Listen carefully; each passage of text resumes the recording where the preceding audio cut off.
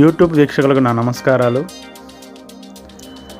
ఈరోజు టాపిక్ యువత, సమాజ భవిష్యత్తు. ఈ సమాజంలో ఏ మనిషి అయినా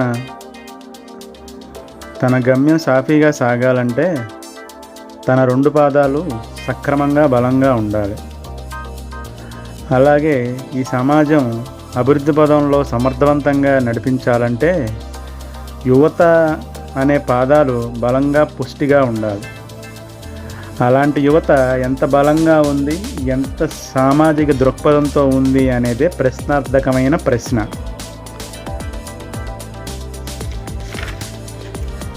ఇక్కడ ఈ విషయంలో యువత బాధ్యత కన్నా సమాజ బాధ్యతారాహిత్యమే ఎక్కువ అని నా అభిప్రాయం. అదే ప్రధానమైన అంశము కూడా.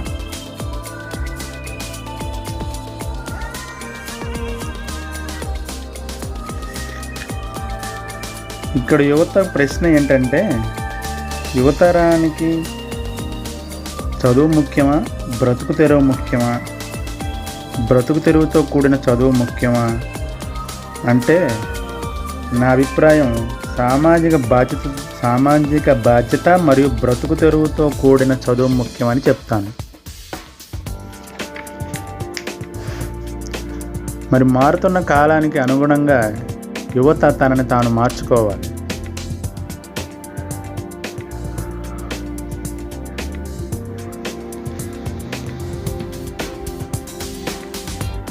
ఇక్కడ ఎంతమంది యువత తమకు నచ్చిన చదువుకుంటున్నారు, తమకు నచ్చిన పని చేస్తున్నారు. ఇది మా అభిప్రాయం అని ఎంతమంది తమ తల్లిదండ్రులతో నిక్కచ్చిగా చెబుతున్నారు. అలానే మీరు మీ తల్లిదండ్రులు విభేదించకండి. ఎందుకంటే ప్రప్రథమంగా మీరు సాధించే విజయం మీ తల్లిదండ్రులను తృప్తిగా సంతోషంగా ఉంచటమే.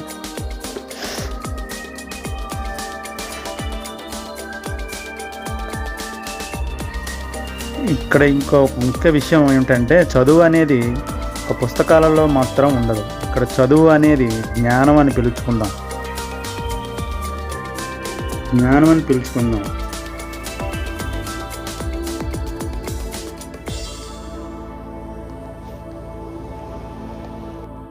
ఇక్కడ ఒక ముఖ్య విషయం, చదువు అనేది ఒక పుస్తకాల్లో మాత్రమే ఉండదు. ఇక్కడ చదువు అనే కంటే జ్ఞానం అని పిలుచుకుందాం. జ్ఞానం అంటే తెలుసున్నది, తెలుసుకున్న పని, తెలుసుకునేది. జ్ఞానం అనేది మనకు ఉపయోగపడేదిగా ఉండాలి. ఎందుకంటే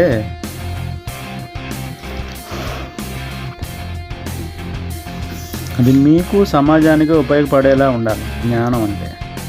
ఇక్కడ సమాజం అంటే ఏదో జనాలు, గుంపులు, మంది అనుకున్నారేమో. నా ఉద్దేశంలో సమాజం అంటే మీ ఫ్రెండ్స్, వాళ్ళ పేరెంట్స్. మహా అయితే ఎంతమంది ఉంటారు? ఒక 15 మంది. ఇంకా వాళ్ళ పేరెంట్స్ అనుకుంటే మహా అయితే 15 మంది ఉంటారు. ఇదే కదా మీ సమాజం.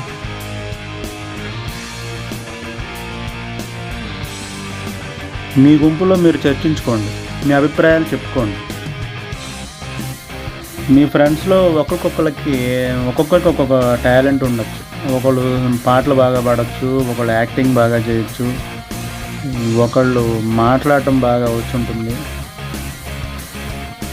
ఒకళ్ళు డ్రెస్ సెన్స్, ఫ్యాషన్ ఇలాగంటి ఐడియాస్ ఉంటాయి, ఒక టెక్నికల్గా బాగా నాలెడ్జ్ ఉండొచ్చు.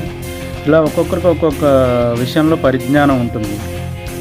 అప్పుడు మీరు చేయాల్సిన పని ఏంటంటే, అతి ముఖ్యమైన పని ఏంటంటే,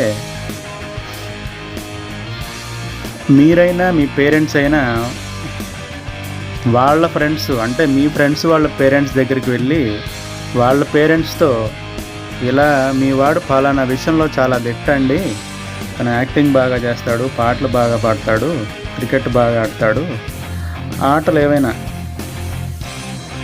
ఇలాంటివి ఆడతాడు, తనకి అందులో ఇంట్రెస్ట్ ఉంది అంకుల్ అని మీరు చెప్పండి తనకి. ఎందుకంటే ఎక్కువ ఉండేది మీతోనే, మీ ఫ్రెండ్స్ వాళ్ళ పేరెంట్స్తో కంటే.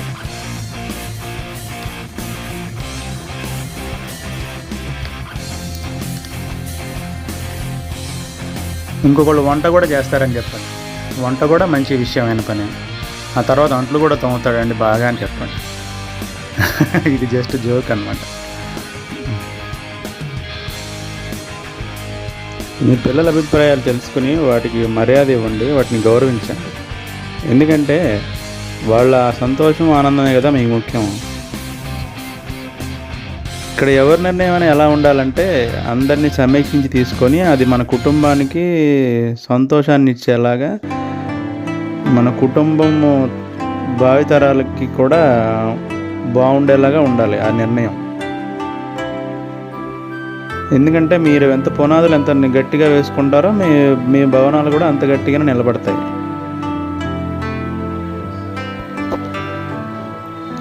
ఇక్కడ ముఖ్య గమనిక ఏంటంటే తల్లిదండ్రులకి మీరు వాళ్ళని ఎవరితోనూ పోల్చకండి. ఎందుకంటే ఒక చిన్న విషయం, ఇది కొంచెం హార్డ్గా అనిపించినా కానీ మిమ్మల్ని వాళ్ళు ఎవరితోనన్నా పోల్చారనుకోండి, అప్పుడు మన దగ్గర సమాధానం ఉండదు. ఎందుకంటే ఒక్కొక్కళ్ళు ఒక్కొక్క ప్రత్యేకమైన వాళ్ళు. మనకున్న చేతి వేళ్ళు 5 వేళ్ళు ఒకలా ఉండవంటారు కదా. ఆల్రెడీ మీకు ఉన్న అనుభవంలో మీరు అది ఎందుకు తెలుసుకోవట్లేదో నాకు అర్థం కావట్లేదు. ఇది పేరెంట్స్ అందరికీ చెప్పే విషయమే.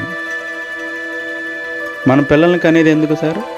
వాళ్ళు సంతోషంగా సుఖంగా జీవితాంతం సంతోషంగా ఉంటారనే కదా. డబ్బు సంపాదన అంటే మిషన్లను కాదు కదా మనకు అంటుండింది. వాళ్ళ సంతోషం చూడటానికి, వాళ్ళ ఆనందం చూడటానికి మనం ఉండింది. ఆలోచనలకి మీరే స్పీడ్ బ్రేకర్ వేయకండి. చక్కగా శాంతంగా వినండి. మంచి గార్డెన్ సిటీ లాగా రెడీ చేయండి వాళ్ళని. మీరు ఆహ్లాదంగా సేద తీరచ్చు, వాళ్ళు సంతోషంగా ఉంటారు. Finally thanks for listening. Thank you.